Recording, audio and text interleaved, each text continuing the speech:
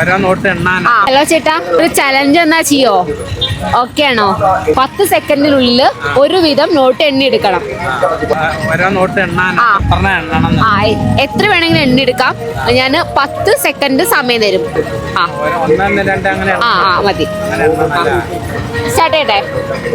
1, 2, 3, 4, 5, 6, 7, 8, 9, 10, 11, 12, 13, 14, 15, 16. സ്റ്റോപ്പായി 10 second കഴിഞ്ഞു. അപ്പൊ എത്ര എണ്ണി?